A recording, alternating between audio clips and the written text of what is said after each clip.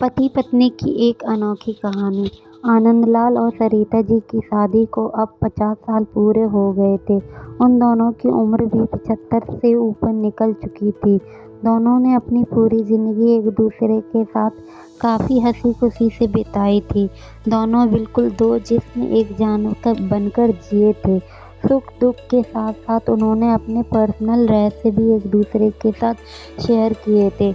हाँ, सरिता जी ने केवल एक रहस्य आनंदलाल को कभी नहीं बताया।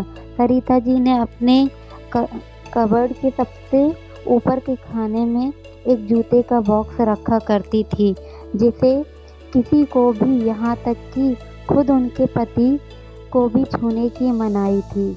मनाही क्या, सख्त वार्निंग थी। सरिता जी ने पति से कह रखा था कि समय आने पर वो उस बॉक्स का राज उन्हें जरूर बताएगी। आनंदलाल को भी इस बात से कोई परहेज नहीं था।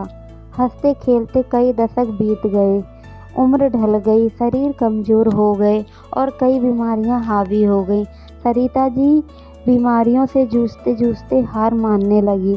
तब अपना आखिरी समय करीब है ये जानकर उन्होंने आनंदलाल को अपने पास बुलाया और अपने जीवन का वो एकमात्र राज जो उन्होंने कबर्ड में बंद कर रखा था उसको उससे परिचित करवाया।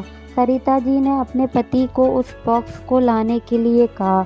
आनंदलाल उस बॉक्स को लेकर आए और उसे ओपन किया तो वो देखकर हैरान हो गए कि उस बॉक्स में 2 डॉल खरोची हुई छोटी सी थी और ढेर सारे नोट थे। आनंदलाल ने सरिता से डॉल्स के बारे में पूछा। सरिता जी ने कहा, जब मेरी शादी होने वाली थी तब मेरी दादी ने मुझे समझाया था कि अगर अपनी शादी को लंबे समय तक चलाना चाहती हो तो एक दूसरे से जितना हो सके आर्गुमेंट और शिकायतें कम हो, उसका ध्यान रखना। और उन्होंने उसके लिए मुझे ये डॉल्स का तरीका भी बताया था, जिसमें जब भी मुझे तुमसे कोई शिकायत हो तब एक डॉल को खरोच कर उसे संभाल कर रख लेना। सरिता जी की बात सुनकर आनंदलाल की आंखें भीग गई, क्योंकि पिछले 50 सालों में सरिता जी को उनसे सिर्फ 2 बार शिकायत हुई। विचार ही उनके लिए काफ़ी सुखद था। बाद में उन्होंने ढेर सारी 100 की नोट के बारे में पूछा, जो गिनती करने पर 1 लाख से भी ज़्यादा थी।